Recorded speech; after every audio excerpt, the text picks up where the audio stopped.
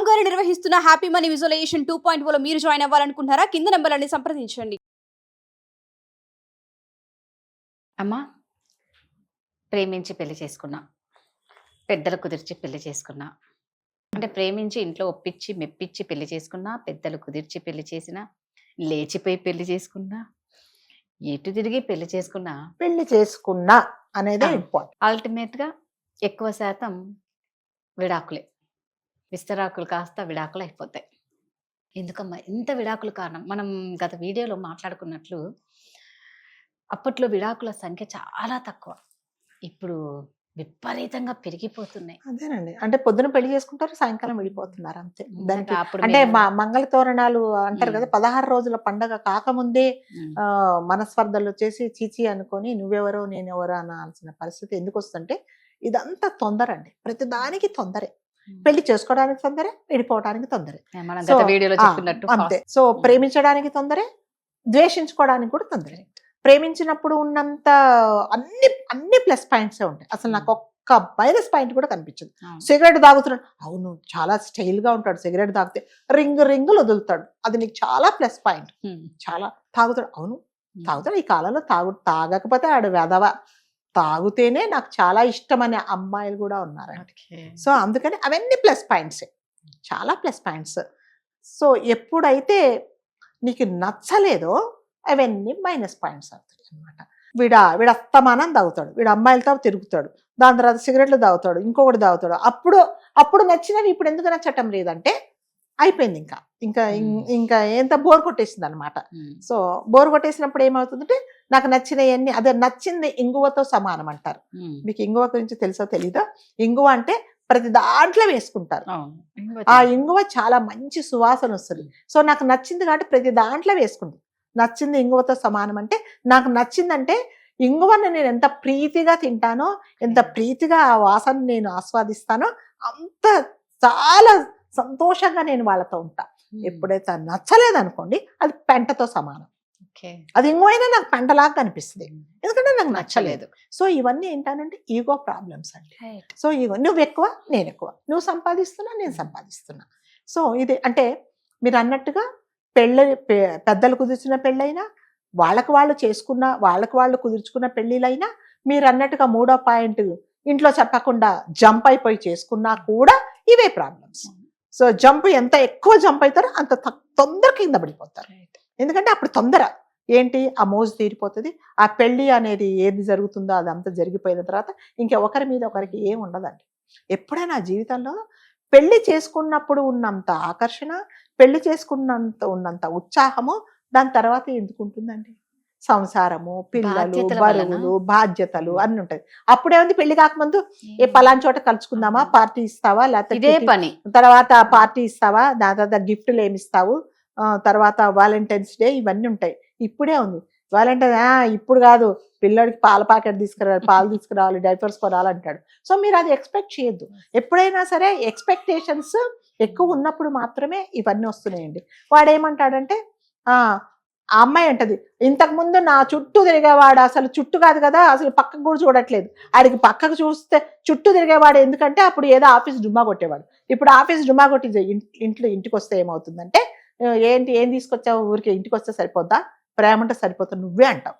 కాబట్టి వీటన్నిటికీ ఏంటంటే అర్థం చేసుకోవడం, ఒకరినొకరు అర్థం చేసుకోవట్లేదు. ప్రతి దానికి విడాకులే. ఇంకా దాంతే కానీ ఈ సమస్య చిన్నదా, మన ఇద్దరం కూర్చొని మాట్లాడుకుందామా, లేకపోతే మన ఇద్దరికి నీవు చెప్పింది నాకు అర్థం కావట్లేదు, నేను చెప్పింది నీకు అర్థం కావట్లేదు కాబట్టి ఒక పెద్ద మనిషిని, నీకు నాకు నచ్చిన మీ అమ్మని కానీ నాన్నగారిని కానీ, లేకపోతే మన చుట్టాలను తీసుకొచ్చి, ఇదిగో మా ఇద్దరికి మేము ఈ సమస్య వల్ల మేము పోట్లాడుకుంటున్నాము, మరి దీనికి పరిష్కారం ఏంటి అంటే వాళ్ళు చెప్తే మనం విందామా. థర్డ్ ఏంటంటే ఇంకా లాస్ట్కి ఏం చేస్తున్నారంటే విడాకులే దీనికి సొల్యూషనా, ఇంకా దీనికి ఏం సమస్య లేదా, సమస్యకు పరిష్కారము ఈ విడాకులేనా అనేది ఆలోచించుకోండి. ఫస్ట్ నీవు నాకు నచ్చట్లేదు కదా, సరే కోర్టులో కలుసుకుందాం అని అంటున్నారు అంతే. సో ఆ కోర్టులో కలుసుకుందాం అన్న తర్వాత మరి నిజంగానే అంటే అదృష్టవశాత్తు దురదృష్టం మీకు పిల్లలు ఉంటే పిల్లల సంగతి ఏంటి అనేది పట్టించుకోవట్లేదు. సో ఇంతకుముందు జరిగినట్టుగా పిల్లల ముందే పోట్లాడుకోవడం, పిల్లల ముందే మీ నానంటే మీ తల్లిదండ్రుల మీద ఒకరికొకరు లేనిపోని అలిగేషన్స్ వేసుకోవడం, మీ అమ్మ మంచిది కాదు, అలా తిరుగుతుంది, మీ తండ్రి మీ నాన్న మంచోడు కాదని చెప్పుకోవడం, పిల్లల మనసులు పాడు చేయడం, ఇవన్నీ ఏంటంటేనండి ఇదంతా తొందరపాటుతనం అన్నమాట. సో ఒక్కసారి ఆలోచించుకోండి. ఈ సమస్య నిజంగా మన ఇద్దరం కూర్చొని మాట్లాడుకుందాం. లేదు ఇదిగో నువ్వు ఇలా చేస్తున్నావు, నాకు నచ్చట్లేదు, నువ్వు కరెక్ట్ చేసుకుంటావా? చేసుకుంటా.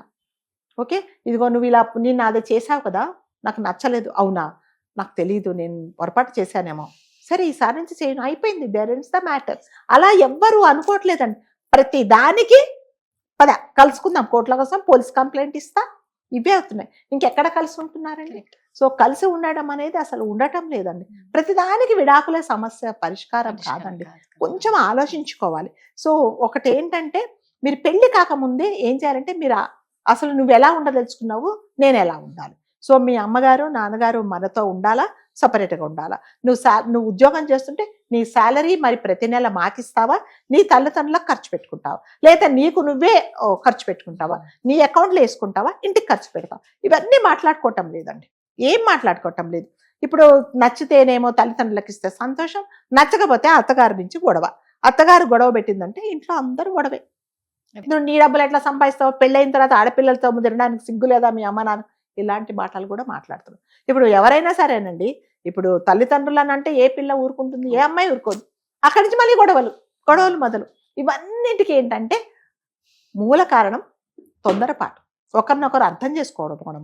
ఇద్దరు సరిసమానంగా చదువుకుంటున్నారు, సరిసమానంగా ఉద్యోగాలు చేసుకుంటున్నారు, ఎక్కడ అర్థం చేసుకోవడానికి టైం ఉండటం లేదు. నేను నైట్ డ్యూటీ చేస్తే హస్బెండ్ ఏమో నైట్ డ్యూటీకి వెళ్తాడు, ఆవిడేమో డ్యూటీ చేసి ఇంటికి వచ్చేస్తుంది. ఈ ఇద్దరు మాట్లాడేవారు కనుక టైం ఉండటం లేదు. లేక వండడానికి టైం లేక పాపం స్విగ్గీ వాడు బాగుపడుతున్నాడు వీళ్ళ మధ్యలో. ఇంకా టైం లేక ఒకరికొకరికి ఏమి మాట్లాడుకోలేక, అర్థం చేసుకోలేక, పోనీ ఒకవేళ గొడవలు ఉంటే చెప్పడానికి ఇంట్లో పెద్దవాళ్ళు లేక, వీటన్నిటికీ మూల కారణం ఏమవుతుందంటే విడాకులే. సో ఒక్కసారి ఆలోచించుకోండి, ఇది సమస్య చిన్నదా పెద్దదా? మనం చిన్న సమస్యను ఏమైనా పెద్దగా చేసుకుంటున్నామా, చూస్తున్నామా? చిన్నదే కదా. ఎవరో ఏదో మా అమ్మాయి సార్ హస్బెండ్ గురించి చెప్పారు, వైఫ్ గురించి చెప్పాడు, వాడు నిజంగా మేమిద్దరం బాగుంటే వాడు ఈర్ష్యతో చెప్పాడా, నిజంగా అక్కడ అది జరిగిందా అనేది ఎవ్వరు ఆలోచించుకోవట్లేదు. ప్రతి దానికి పోలీస్ కంప్లైంట్, పోలీస్ స్టేషన్లు, కోర్టులు, అంతే. దాని చుట్టూ విడాకుల కోసం సంవత్సరాల తరబడి కోర్టుల చుట్టూ తిరగడం, ఆరోగ్యాలు పాడు చేసుకోవడం, తల్లిదండ్రుల దగ్గరికి రావడం, ఆ తల్లిదండ్రులు ఉన్న రోజు చూస్తారు, రేపొద్దున అన్నదమ్ములు వదినలు ఇంటికి వచ్చిన వాళ్ళు మిమ్మల్ని చూడరో అనేది గ్యారంటీ లేదు. పోనీ నా జీతం నాకుంది, నేను ఒక్కదాన్ని బతుకుతాను అనుకున్నప్పుడు చుట్టూ ఉన్న వాళ్ళు నిన్ను ఎంతవరకు సేఫ్గా ఉంచి మరి చేస్తారో తెలియదు. ఇవన్నీ కాన్సిక్వెన్సెస్ చాలా ఉంటాయి. అలానే నేను ఎప్పుడు చెప్పను, నీకు నచ్చని చోట నిన్ను బాధ పెట్టే హస్బెండ్ దగ్గర ఉండనే ఉండదు. దానికి totally I mean against for that. కానీ ఒక్కసారి లాస్ట్ ఛాన్స్ ఏముండాలంటే విడాకులు. అంతకంటే ముందు చాలా ఉన్నాయి, వాటికి పరిష్కారం కాలేదు, దీని సొల్యూషన్ నేను విడిపోవడమే అనుకున్నప్పుడు మాత్రమే విడిపోండి. చిన్నదానికి పెద్దదానికి విడిపోయారనుకుంటే మీ జీవితాల్లో నాశనం అయిపోతుంది అంతే. అందుకని విడాకులు తీసుకునే ముందు దయచేసి ఒక్కసారి ఆలోచించుకోండి, ఇది తప్పదు, దీనికి ఇదే పరిష్కారము అన్నప్పుడు మాత్రం కంపల్సరిగా చూసుకొని మిమ్మల్ని మీరు బలి పెట్టుకుంటే అంత కాంప్రమైజ్ కావచ్చు. అందుకని విడాకులు అనేది మాత్రం దయచేసి తీసుకునే ముందు ఒక్కసారి ఆలోచించుకోండి. తల్లిదండ్రులు కూడా అనవసరంగా పిల్లల లైఫ్లో మీరు అనవసరంగా జోక్యం కలిగించుకొని విడాకులు తీసుకోవడానికి మీరు ఒక కారణం అవ్వద్దు. భరించలేనప్పుడు ఖచ్చితంగా విడిపోవడం, హ్యాపీగా ఉండడం బెటర్. చిన్న విషయాలకి ఆల్మోస్ట్ సర్దుకుపోవడం బెటర్ అంతే. Thank you.